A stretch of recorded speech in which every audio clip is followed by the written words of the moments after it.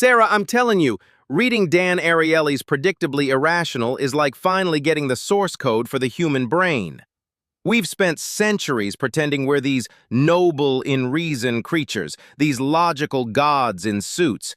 But Ariely basically proves we're just highly sophisticated goslings following the first shiny thing that moves. It's not just that we're irrational, it's that our mistakes are systematic and repeatable. It's a firmware upgrade for understanding why we do the stupid things we do. A firmware upgrade, Marcus? Or a manual for how every Silicon Valley algorithm can better pick our pockets? You call it a science, but when I read Ariely, I don't see a path to freedom. I see a blueprint for manipulation.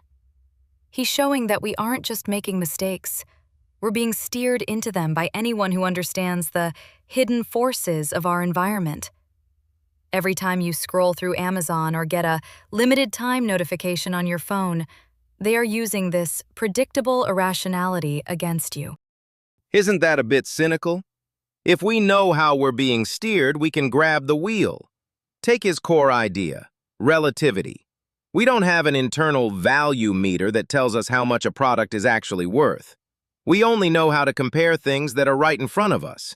That's why we'll drive 15 minutes across town to save $7 on a $25 pen, but we won't do the same for a $450 suit. It's the same $7, but our brains only see the percentage. It's fascinating. Oh, it's fascinating when it's a pen, Marcus. It's predatory when it's a subscription service. Think about the Economist example Ariely uses. They offered a web subscription for $59, a print subscription for $125, and, here's the kicker, a print and web subscription for the same $125. That print-only option was a decoy. It existed solely to make the combo deal look like a bloody steal, as Ariely puts it. Companies do this with AI recommendations every single day. They show you a basic plan and a pro plan, then a premium plan that's just slightly more than pro, making you think you're a genius for upgrading. You aren't making a choice. You're fulfilling a projection. Okay, so the decoy effect is powerful. Ariely even showed it works in dating. When students had to choose who to date between a regular George Clooney lookalike and a slightly distorted, less attractive version of the same guy, they overwhelmingly chose the regular version over a completely different, equally attractive Brad Pitt type. The distorted version made the original look better by comparison. It's just how the brain handles complexity. We need runway lights to guide us. But that's exactly the problem. We're being conditioned to live in a world of fake comparisons. Look at Black Friday. Is that $1,000 TV really a deal at $600? Or is the $1,000 just an anchor dropped into your brain so you feel like you've won something? Ariely's experiment with Social Security numbers proves how terrifyingly easy this is. He had MBA students write down the last 2 digits of their SSNs and then bid on wine and chocolate. Those with higher digits bid up to 346% more. Their willingness to pay was anchored to a completely random, arbitrary number. That's the world we live in now. Algorithmic anchoring. But Sarah, anchoring is also why we have brands we love. Look at Starbucks. Howard Schultz didn't just sell coffee, he changed the anchor. We were used to Dunkin' Donuts prices, so he created a continental atmosphere. The smells, the French presses, the fancy names like Venti, so we wouldn't compare it to our old anchors. We self-herded. We went once, enjoyed it, and then lined up behind our own past behavior until it became a habit. That's not manipulation. That's creating an experience. It's creating a trap, Marcus. Once you're on that new curve of consumption, you can't get off. Ariely calls it arbitrary coherence.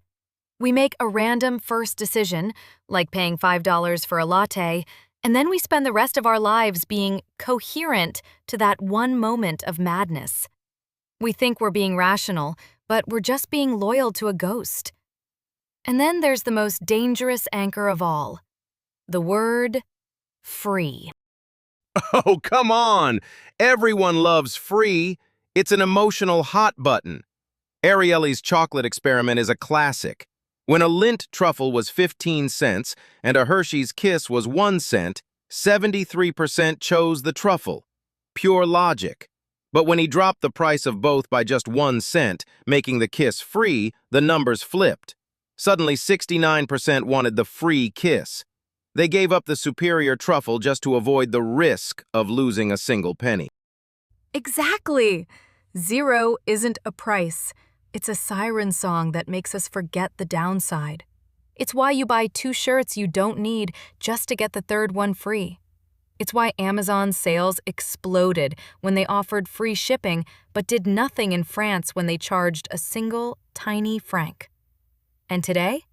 It's free-to-play games that charge you thousands in microtransactions, or free trials that anchor you into a subscription you'll procrastinate on canceling for years.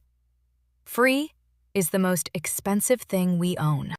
You have a point about procrastination. Ariely's chapter on self-control is heartbreakingly relatable. He showed that students with dictatorial deadlines set by a professor did better than those who had complete flexibility. We need boundaries. We know we're going to fail our future selves. That's why I love his idea for a self-control credit card, where you can pre-commit to spending limits. It's using our irrationality to save us from ourselves. And did the banks build it? No. They told him they'd call him back because they make $17 billion a year on the fact that we don't have self-control. Corporations don't want us to have boundaries. They want us in a hot state. Ariely's research on arousal is terrifying. When we're cold and rational, we think we know who we are. But once the lava flow of hot emotion hits, whether it's anger, hunger, or sexual arousal, we become total strangers to ourselves. We underestimate how much our Mr. Hyde will take over. Which is exactly why we need to understand social norms versus market norms. This is Ariely's most profound insight for the modern world. We live in 2 worlds. One where we do things for warm and fuzzy reasons, like helping a friend move a couch, and another where we work for wages. If you offer your mother-in-law $400 for a delicious Thanksgiving dinner, you don't get a better meal, you get a social catastrophe. You've brought market norms into a sacred social space. But look at what's happening now, Marcus. Social media has turned every friendship into a transaction.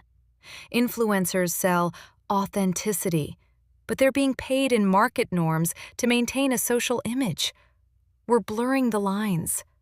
Ariely warns that once a social norm is trumped by a market norm, it rarely comes back. Like the daycare in Israel that started fining parents for being late.